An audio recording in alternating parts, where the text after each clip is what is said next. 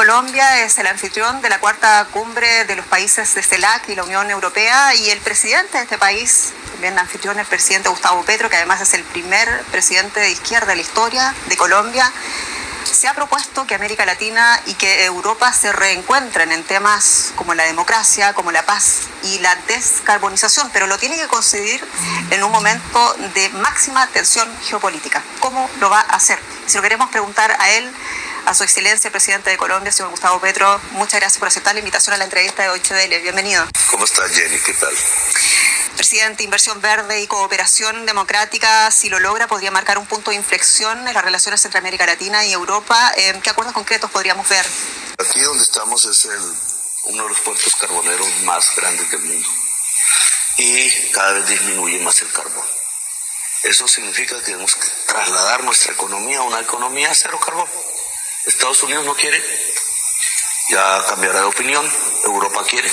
América Latina tiene el gran potencial de generación de energías limpias, igual que África. Luego podemos encontrarnos, hacer un eje, una alianza verde que nos permita plantearle al mundo, mientras pasa la oscuridad, que una economía de la vida es posible y que la podemos construir entre América Latina y Europa. Una alianza verde, considerando el quórum que ha habido en esta cumbre. Recordemos que hay gobiernos conservadores que decidieron enviar a otro representante, no al jefe de gobierno. Usted en Brasil hablaba de sabotaje. ¿Hay realmente un sabotaje de parte de gobiernos latinoamericanos a la cita? No tanto de gobiernos latinoamericanos del norte. Tú estás aquí en una ciudad del Caribe. Acaban de asesinar a un pescador pobre. Puedes ver su familia. No es un narcotraficante, vive en un rancho de paja, el señor Carranza, y le cayó un misil. Puede que haya transportado algo ilícito, pero no merecía la pena de muerte. Es un asesinato. Y eso significa que el norte, en cierta forma, los Estados Unidos, por conseguir votos, por tener fuerza en su propio gobierno, golpean, hacen razzias contra los latinoamericanos en Estados Unidos, y no contentos con ellos salen, atraviesan el mar y nos matan gente pobre en nuestros países. Pero antes de ese tema es la invitación para los gobiernos latinoamericanos. Hablamos de la CELAC, son gobiernos latinoamericanos y europeos, y echamos de menos, por ejemplo, el presidente de Paraguay, el presidente de Ecuador, el presidente de Argentina.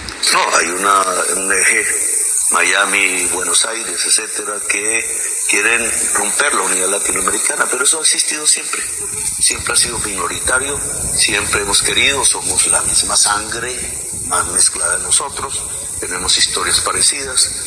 Nos encontramos aquí mismo, que es la ciudad primera que construyó Europa en América, y después hubo un siglo de resistencia indígena, aquí mismo, el corazón del mundo.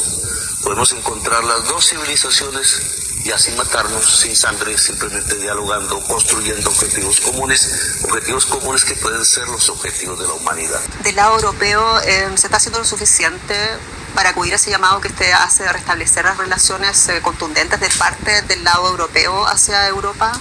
Yo pienso que Europa fue traicionada, se ocupó de varios frentes. En esos frentes diferentes, América Latina fue traicionada, la dejaron sola. Creo que sin estar de acuerdo en nuestras posiciones, podemos construir un destino común, que podemos hacer, tenemos raíces comunes. El reencuentro entre América Latina y Europa se convierte en una posibilidad de construir un faro en la humanidad. En medio de la oscuridad, luz.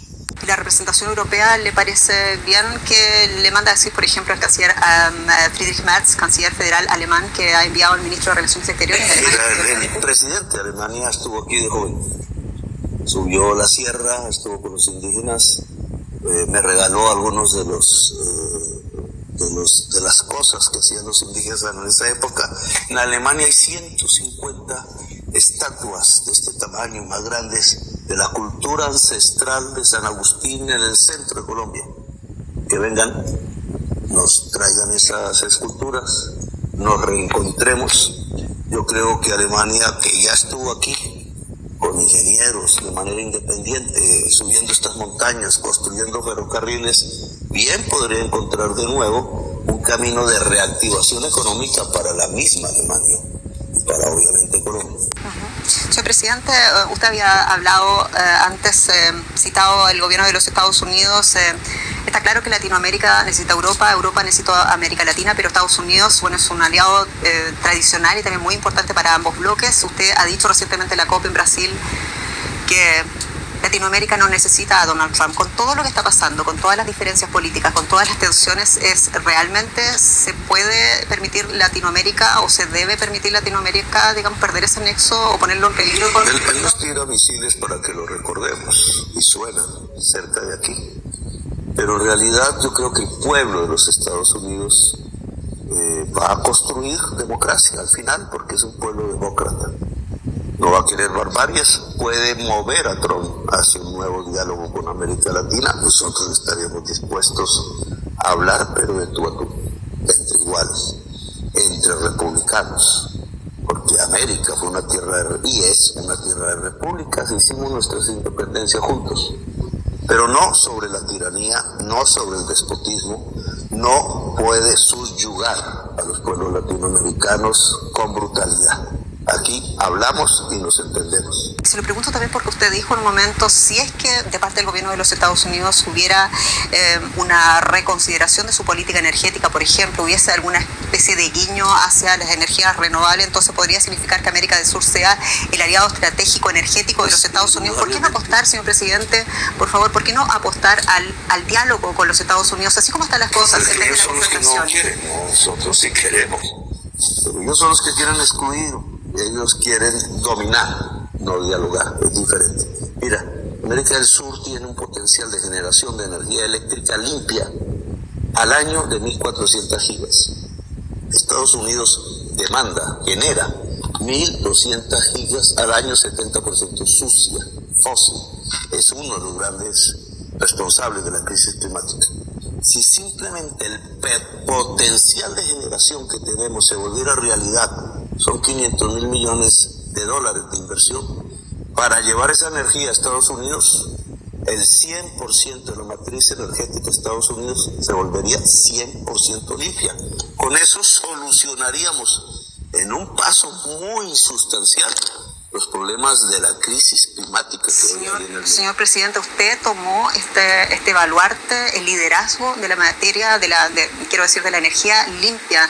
De nuevo le insisto la pregunta, ¿por qué no apostar en el diálogo en vez de la confrontación? Porque sí que ha habido confrontación con el presidente Trump. Sí, Trump dice taladrar y sacar más y más petróleo. Está matando a nuestros hijos, los hijos de él. Pero es una decisión política, así como usted toma la decisión. Es una decisión en contra de la ciencia.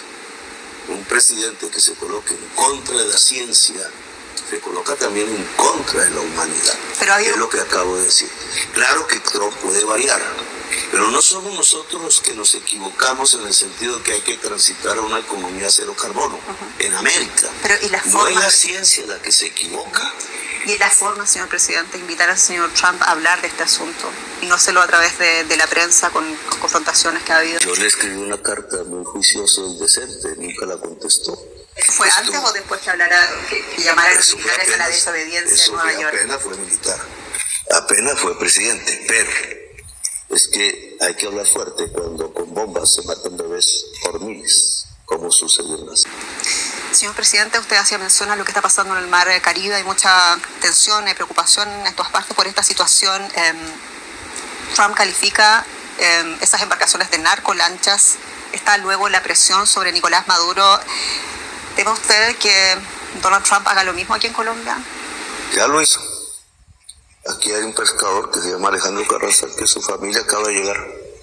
Está muerto, asesinado. Puede que haya por algunos $2 o $3 llevado algo ilícito en su lancha, que no podía llegar hasta Estados Unidos sino hasta una isla por aquí. Lo asesinaron. Él no era un narcotraficante. Ninguno de los 70 muertos que ya han sucedido son narcotraficantes. Los narcotraficantes viven en Dubái, en París, en Madrid, en Miami, en Nueva York. Viven donde está el lujo, donde está el trabajo. El trabajo de estas personas son lancheros pobres sin oportunidades en la vida.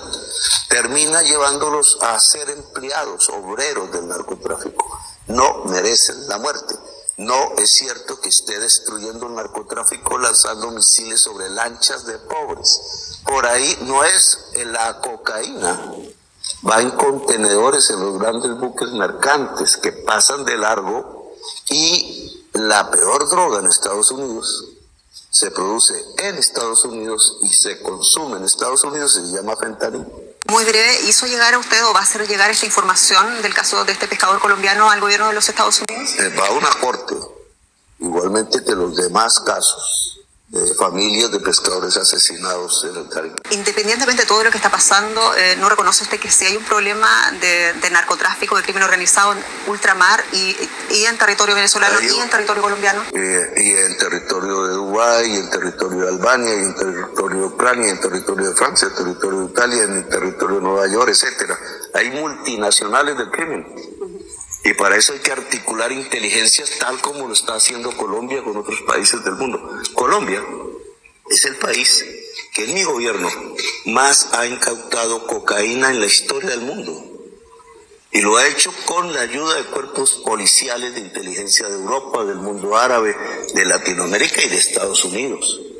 Por ahí hemos logrado acorralar en cierta forma mafias multinacionales. Hay que quitarle sus capitales en los bancos, hay que quitarle sus bienes, hay que construir más y más inteligencia policial articulada a escala global, hay que pasar por encima de las diferencias comerciales, hay que hablar con la policía rusa, hay que hablar con la policía china. Está claro que ningún país en América Latina ni en las Américas puede dar esta batalla en solitario, hay problemas en todos los países. Sí. Señor presidente, ¿ha tratado usted de impulsar esa estrategia regional? Sí, tenemos ya una integración amazónica, Brasil, Perú, Ecuador, Colombia, Venezuela.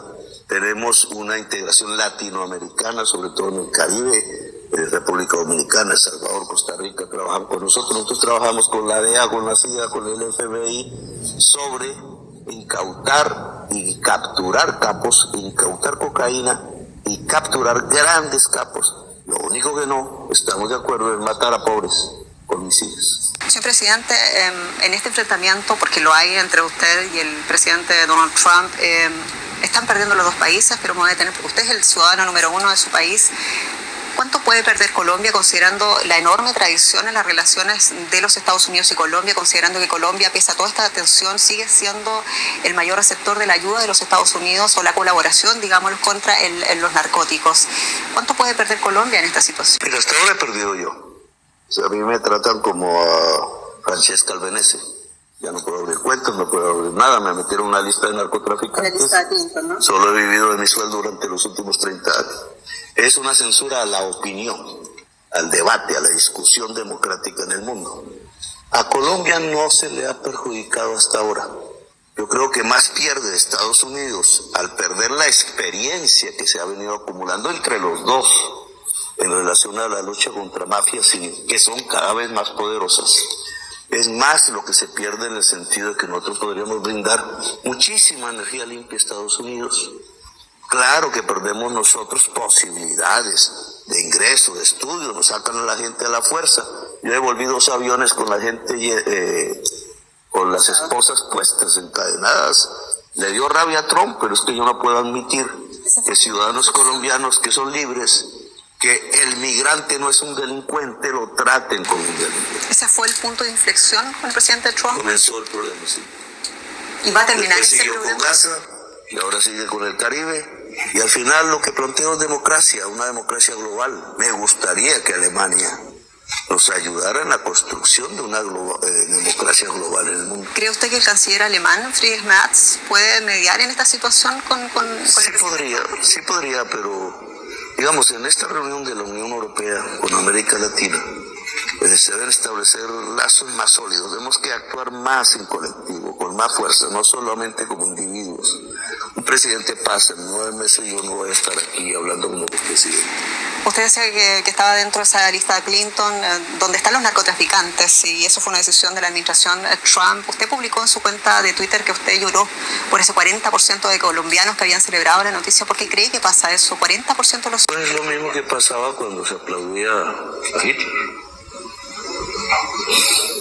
Es lo mismo. ¿En qué momento se genera esa desconexión con ese 40% de colombianos? Porque hay temor. Este mundo vive bajo varios miedos y varios instrumentos de control público. Uno es la comunicación, la mentira y el miedo. Mentira y miedo dominan buena parte de la conciencia del ciudadano en cualquier parte del mundo. ¿Miedo a qué? Miedo a la crisis climática, miedo a perder el confort, miedo a la mujer, miedo a la libertad a veces. Y eso hace que cuando un país como Colombia, que ha estado siempre arrodillado, siempre falto de independencia, empieza a hablarle al mundo, empieza a salir, empieza a proponer, entonces una parte de la sociedad colombiana dice, no, esto no estamos acostumbrados. Le doy ese gran punto que el miedo moviliza el voto y también moviliza la opinión pública, señor presidente, pero ¿qué parte de autocrítica hace usted? Y se lo pregunto, se ríe usted porque hay un sector de la oposición colombiana que le dice a usted no gobernó para todos los colombianos, usted gobernó solamente para aquellos que lo siguen, para aquellos que lo votaron. No, ojo. ¿Ha sido usted el presidente para todos los colombianos? Sí, pero por socialmente eso, ¿no? Colombia es el segundo país más desigual del mundo. Lleva 70 años de violencia, y esa violencia y el narcotráfico incluso salen de la desigualdad. Colombia ha sido gobernado siempre para los más ricos, es una oligarquía, yo no lo llamaría una democracia. Y cuando viene el primer presidente que gobierna para la mayoría, la más pobre, la trabajadora, la que todos los días sale a madrugar a trabajar, entonces dicen que gobierno solo para unos. Sí, esos unos son las trabajadoras, los trabajadores, el campesinado, la juventud pobre de Colombia, y es necesario, porque si no, no vamos a construir equidad y sobre esa base, democracia y paz. Usted ha acusado el bloqueo institucional, lo que pasa en el Congreso, incluso la justicia. ¿Cuán difícil ha sido para usted? Son reacciones, digamos, son un establecimiento, llamémoslo así, que durante 2 siglos se ha enriquecido. Ha logrado concentrar la riqueza de manera sanguinaria. Mañana pido perdón a nombre del Estado colombiano por el asesinato de 6.200 militantes de un partido de izquierda, como hacían los nazis. Esa era la sentencia de la Corte Interamericana de Derechos Humanos, si usted cumple con eso que se le exigió.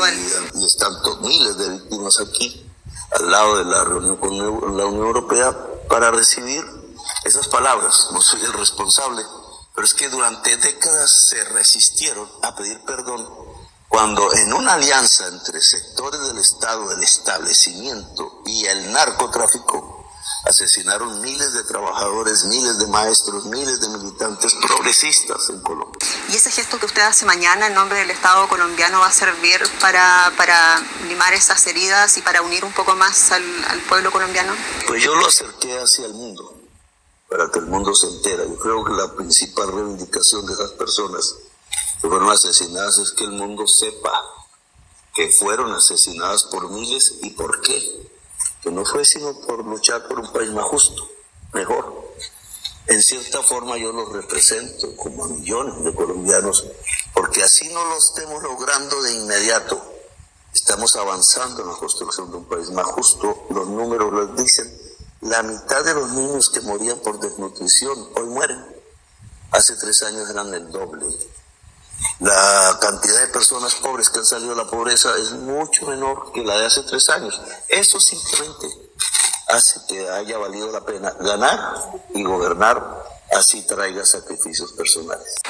Señor presidente, usted habla de víctimas. Víctimas ha dejado el conflicto armado en décadas en Colombia. Usted se propuso el concepto de paz total, un concepto que es altamente criticado por las fuerzas de oposición, hablan de fracaso. ¿Cuál es su valoración? La paz nunca fracasa. Puede que se demore, pero la paz nunca es un fracaso. Fracaso es no conseguir la paz. Una sociedad que durante décadas no ha logrado conseguir la paz, sino que se mata a sí misma entre nosotros mismos durante décadas y décadas por diferentes motivos. Ahora son las guerras del narcotráfico, pero antaño eran las de rojos contra negros, etcétera. Una sociedad que se mata entre sí es la que fracasa. Una sociedad que encuentra la paz es la que triunfa. Sin embargo, ha vuelto la violencia a lugares como Santander, como Cali. No, esas son visiones, digamos, de la derecha. No digo que no haya violencia en Colombia, pero si tú comparas la tasa de homicidio al año 93 con la de hoy, nosotros tenemos la tercera parte de la violencia que se vivía en esa época. Colombia, aunque lentamente, está saliendo los ciclos de violencia con relativo éxito. Hay ciudades, hay regiones que tienen menos violencia que Europa. Y si no es un fracaso, es un proceso incompleto. Es un proceso incompleto. Usted fue guerrillero. Y es un proceso incompleto porque ya no es la política la que domina, digamos, la violencia, no es la insurgencia contra el Estado, que me ibas a preguntar, es la economía ilícita. Lo voy a hacer un poco más duro. Mientras los consumidores alemanes de cocaína aumenten, en Europa aumenten, mientras se mantenga el consumo o se ilegalice en Estados Unidos, la violencia colombiana se mantenga. Usted fue guerrillero, hoy día es presidente, usted puede entender más que nadie la mentalidad de estas personas que deciden quedarse en la violencia que falta para ese proceso de paz total. Puedo entender cómo de una mentalidad de ideas que llevan a que hay que cambiar el Estado, e incluso por la vía de las armas, puede que equivocadamente, a la codicia, que es lo que hoy es el centro de la violencia colombiana, hay una enorme distancia. Es la violencia, pero una afincada sobre banderas de cambio de un país, así ha sido Colombia antes, y otras afincadas sobre la codicia. La violencia de hoy en Colombia es una violencia generada alrededor de la codicia, no de las ideas. Muy poquitos minutos, sí, tengo que preguntarle algunos temas de política exterior. El tema de Gaza, está muy clara su posición respecto a la guerra en Gaza. Ahora que hay un plan de paz, está apoyado además por la Liga Árabe, por gobiernos árabes, ¿usted reconsideraría ese llamado o pedido de la oposición en Colombia de restablecer relaciones con el gobierno de primer ministro Netanyahu? Con claridad. Hoy hay una tregua con problemas, siguen cayendo bombas, pero no un proceso de paz. La tregua es para solucionar una crisis de rehenes, pero si nos quedamos ahí no pasamos a discutir cómo se constituyen los dos estados, cómo hay elecciones libres en Palestina, cómo hay elecciones libres en Israel, no vamos a lograr un camino sostenible, ese sí, de paz, allá sí lo llamaría. Los dos estados, los que se acordó en el pasado, la frontera de 1967, ese es el proceso de paz. El gobierno palestino en manos de los palestinos, como se puede decir que el gobierno israelí en manos de los israelíes. ¿Cómo ve la situación en Ucrania y Rusia? Rusia como potencia invasora de Ucrania. Más lejano a nosotros. Pero siempre la historia ha mostrado a los ucranianos hermanos de los rusos. Son de la misma historia, de la misma raíz. Y creo que hay una tendencia en Europa a considerar a Rusia su enemigo, por muchas razones históricas reales. Pero creo que debería hacerse un intento. Que no solamente miremos Europa occidental, sino Europa. Y si miramos Europa, Rusia hace parte de Europa. 4 años de gobierno del primer presidente de izquierda de la historia de Colombia. ¿Cómo quiere que sea recordado? Usted le queda un año todavía en el mandato, está claro, pero ¿cómo quiere que va a ser recordado su gobierno? ¿Por qué logros? Yo creo que va a ser recordado, va a ser inolvidable. Unos por unas razones básicas. Fue un presidente que estuvo al lado de la gente del pueblo y de los pobres, que fue capaz de hacer brillar el nombre de Colombia en el mundo. Otros pensarán que fue un guerrillero, que fue un mal gobernante, etcétera, pero va a ser inolvidable el gobierno, porque indudablemente lo que produjimos fue un cambio real, no solo en lo objetivo, la economía, la sociedad, sino en los estilos de gobernar. Por primera vez han visto un presidente al lado de la señora que sirve los tintos en la mesa, y no al lado del señorón que se enriquece con las riquezas públicas de Colombia. 4 años de Gustavo Petro, ¿Colombia está mejor o peor? Está mejor. ¿Sensiblemente mejor? Está mejor. ¿Y cómo se explica que a lo mejor el próximo, que la derecha en Colombia haya tenido tanto apoyo en este? Siempre hay una posibilidad de que retornen los que mataron 6.200 jóvenes fusilados para hacerlos pasar por guerrilleros. Siempre es posible. Pero yo creo que hoy las encuestas, etcétera, muestran que hay un pueblo decidido a seguir para adelante y avanzar. No hemos completado nuestra obra, indudablemente es imposible en 3 años cambiar un país de 2 siglos de oligarquía, pero los caminos de transformación democrática de Colombia ya los sintió el pueblo, ya los saboreó, ya en el diario vivir sintió mejorías. y eso no lo va a dejar. ¿No necesita la salud democrática de Colombia también una derecha, un sector conservador? Sí, creo. Pero es que mira, una derecha republicana le llamo yo. Yo fui amigo de Álvaro Gómez Hurtado, un hombre de derecha republicano. Porque la derecha colombiana ha sido aliada del narcotráfico y ha asesinado centenares de miles de personas en nuestro país. Esa derecha tiene que salir de la historia. Como la izquierda violenta, que también la hubo, tiene que salir de la historia. Y aquí debe haber, quizás los nombres no sean los del futuro, pero un progresismo que sea capaz de plantearse transformaciones en una sociedad que las necesita, y un antiprogresismo, llamémoslo así, que sea capaz de abrir los ojos cuando vamos hacia el abismo porque vamos demasiado rápido. Y en ese progresismo republicano, como usted lo llama, ¿va a estar la figura de Gustavo Petro eventualmente en una oposición política? Yo he sido oposición toda mi vida, armada y no armada. Y la no armada es porque nosotros hicimos la Constitución del 91. Y si toca volver a hacer oposición, la vuelvo a hacer, no hay ningún problema.